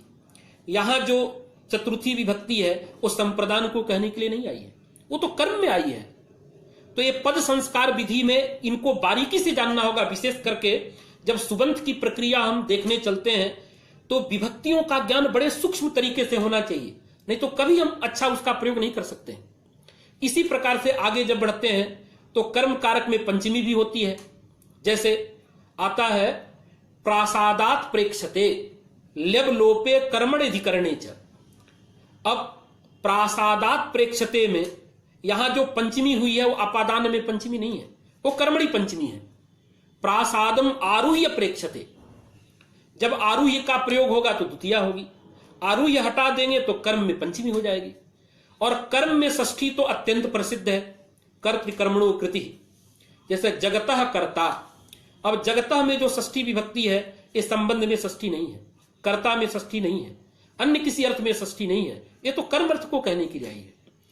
इसी तरह से सप्तमी विभक्ति कर्म में होती है, कर्म में सप्तमी भी होती है, इसका प्रयोग बहुत कम जानते हैं लोग।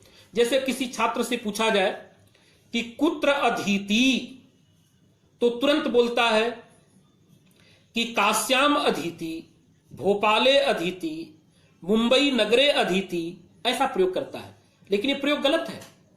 यहां प्रयोग करना होगा उसको व्याकरणे अधीति, अक्तस्यन विषयस्य कर्मणि उपसंख्यानम, ऐसा जहां पर अक्तांत से इनी प्रत्यय आएगा, जैसे अधीतम अनेन अधीति, ऐसे स्थल में कर्म में न षष्ठी होगी, न द्वितीया होगी, न अन्य विभक्ति होगी, वहां सप्तमी हो जाएगी। तो व्याकरणे अधीति, इस व्याकरणे की जो सप्तमी है वह सप्तमी अधिकरण कारक को नहीं कह रही है, वह सप्तमी कर्म कारक को कहती है।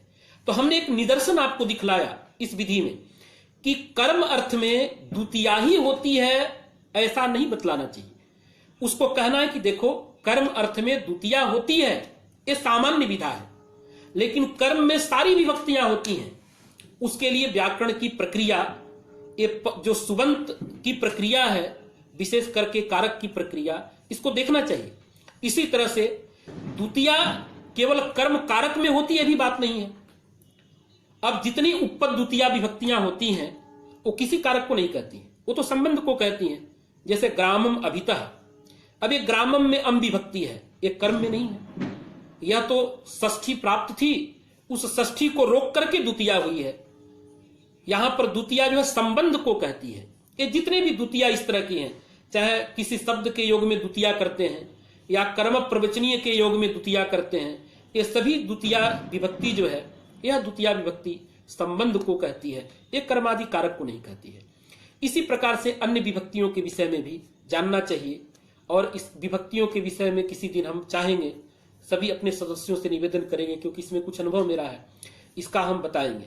तो इस तरह से पाणिनि ने पद का संस्कार करते समय पहले प्रकृति को बतलाया, प्रकृति के बाद स्वादि प्रत्यय को बतलाया, स्वादि प्रत्यय को बतलाने के बाद उसके अर्थ की आकांक्षा हो रही थी। उस अर्थ की आकांक्षा को शांत करने के लिए उन्होंने जो है साथ में कारक प्रकरण को भी बतलाया। कारक प्रकरण यद्यपि अष्टाध्यायी में ऐसा कोई प्रकरण नहीं है, लेकिन जो हम जिसको कारक प्रकरण के सूत्रों के नाम से जानते हैं, उन सूत्रों को अष्टाध्यायी में रखा। बाद में भट्टोजी दीक्षित इत्यादि ने उसको प्रकरण से आबद्ध करके हमारे सामने एक व्यवस्थित रूप लाया। और उस कारक के पहले अव्यय प्रकरण रखा, तो यह भी कोई सुबंत का ही भाग है, ये अलग नहीं है, वहां भी सुप्रत्यय ही होते हैं, उनको रखा। बीच में स्त्री प्रत्यय इसलिए डाल दिया कि स्त्री प्रत्यय जो हमारे हैं 8 स्त्री प्रत्यय, यद्यपि ये संख्या जो है 8 ही नहीं है, ये संख्या और ज्यादा है। स्यंग स्फ ये सब भी स्त्री प्रत्यय में आते हैं, लेकिन इनकी गणना हम व्यवहारिक दृष्टि से नहीं करते हैं। इसलिए नहीं करते हैं क्योंकि स्यंग और स्फ इस स्त्री प्रत्यय के होने के बाद फिर टाप निस इनकी जरूरत पड़ जाती है। तो व्यवहारिक रूप में ये 8 स्त्री प्रत्यय ही हमें दिखते हैं। तो स्त्री प्रत्ययों को बीच में डाल दिया, इसलिए डाल दिया कि ये प्रातिपदिक से स्त्री प्रत्यय होते हैं। जब रमा, श्यामा, अजा ये बन जाता है तो इनसे भी पुनः दोबारा स्वादि प्रत्यय आते हैं। स्वादि प्रत्यय की प्रकृति ग्यंत आवंत भी है, इसलिए इनको बीच में डाल दिया। यद्यपि अलग से ग्यंत आवंत को प्रकृति मानने की जरूरत नहीं है, इसलिए क्योंकि परिभाषा है हमारे सामने, प्रातिपदिक ग्रहणे लिंग विशिष्टस्यापि ग्रहणम, तो इस तरह से जो ग्यंत और आवंत हैं वो भी प्रातिपदिक हो जाते हैं। यद्यपि प्रातिपदिक संज्ञा उनकी नहीं होती है, लेकिन आरोपित प्रातिपदिकत्व, जो प्रातिपदिक नहीं है उसको भी हम प्रातिपदिक मान लेते हैं, प्रातिपदिक समझ करके प्रत्यय ला देते हैं। एक नियम है व्याकरण का, आम जन भी इससे सहमत होना चाहिए, वो ये बात वहां तक जाना चाहिए, क्योंकि व्याकरण शास्त्र की प्रक्रिया संपूर्ण काल्पनिक है, ये हम सभी जानते हैं। उस कल्पना में भी एक चीज जरूर है कि हाँ, तो इस तरह से अब यही समाप्त कर रहे हैं इस वाक्य से। उस कल्पना में भी ये जान लेना चाहिए कि व्याकरण शास्त्र की प्रवृत्ति में वस्तु स्थिति कारण नहीं होता है, ज्ञान कारण होता है। तो रमा, श्यामा ये भले ही प्रातिपदिक न हो, किसी वचन से यदि प्रातिपदिक हमें ज्ञान करा दिया गया तो उनको प्रातिपदिक मान करके पद संस्कार विधियां प्रवृत्त होती हैं। अब इस पद संस्कार विधि के अंदर समास की विधियां हम जानेंगे, थोड़ी सी तद्धित के बारे में जानेंगे। तद्धित जानना बहुत जरूरी होता है, समास की प्रक्रिया से भी थोड़ा ज्यादा प्रकृत प्रत्यय का विवेचन तद्धित में है। और ऐसे ही कृदंत को भी जानेंगे किसी दिन, तब जाकर के सुबंत पद की प्रक्रिया पूर्ण होगी। और विशेष इससे जुड़े हुए जो हमारे जगदानंद झा जी हैं, हमारे बंबई के प्रोफेसर मदन मोहन झा जी हैं, जिन्होंने इस कार्य को शुरू किया है, और लोग भी इससे जिनको मैं नहीं जानता हूं, ये बड़ा ही उत्तम काम है और आप लोगों ने हमें भी इसमें जोड़ा, इसके लिए मैं कृतज्ञता प्रकट करता हूं। और विश्वनाथ से मेरी कामना है कि उत्तरोत्तर कार्य बढ़े और हम लोग तो अभी इसको और बढ़ाना चाहेंगे, और जब भी मेरी जरूरत है आप इसमें जरूर हमें बुलाइएगा। धन्यवाद। इसको क्या करें अभी? बंद कहां से हो गए? ये ज्यादा हो गया, 1.5-2 घंटा हो गया है ना।